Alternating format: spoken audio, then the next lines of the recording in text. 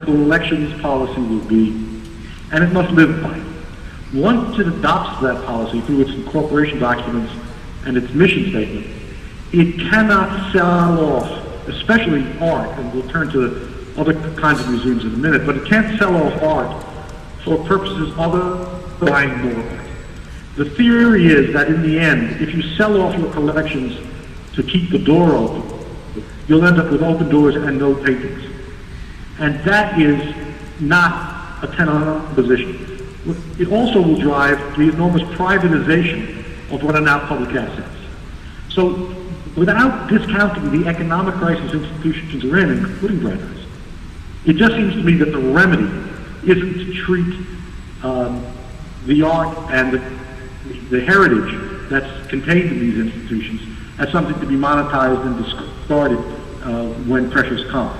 Where most of the large museums in New York, the Museum Association, our Board of Regents, which is our educational policy institution, are all supporting this right now. So we're optimistic it will move forward.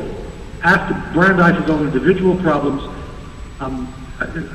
if goodwill will be helpful, then you have all the goodwill in the world. But in the end, someone's going to have to make excruciatingly difficult decisions about institutional function, and it's not for me to second guess them. Thanks, Assemblyman.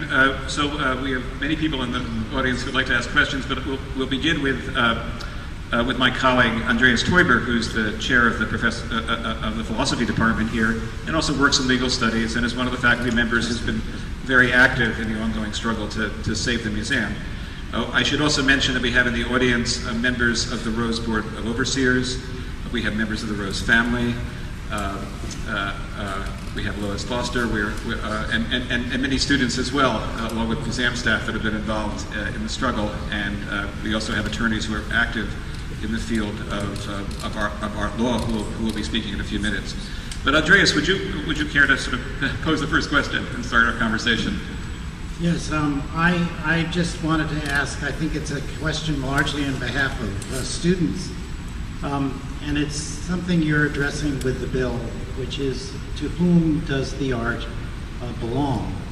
You've given an answer to this question, but there are property laws already in existence, and how might the bill that you've drafted work with and in conjunction with and override those pre-existing property arrangements? Well, I wouldn't say we're overriding them, we're ignoring them. And we're looking at the function of the not-for-profit institution, which we have jurisdiction over. The narrow question, that is to say, does the Rose Board itself have title? Does the university have title? Does the Metropolitan Museum have title? Does other subsidiaries in which title can be vested? Strike me as lawyers' questions. When the functional question is, what is the legitimate role of the state in assuring that public access to the paintings, the artwork, the collections is maintained? So I don't think we wrestle with the title question in any way. And indeed, that will differ from state to state. The laws governing that will differ. Presume title in any one you want. In the end, the question is, can you limit the ability of the title holder to dispose of the art? And the answer is, in New York you can. I suspect in Massachusetts you could as well. So if you don't like the word override, might it nonetheless in some states trump the property right to the art itself?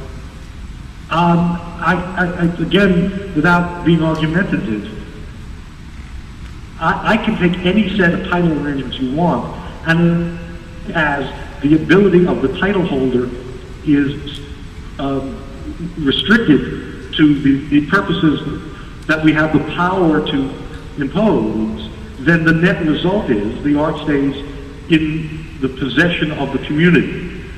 And that is the important outcome. Let me give you an analogy.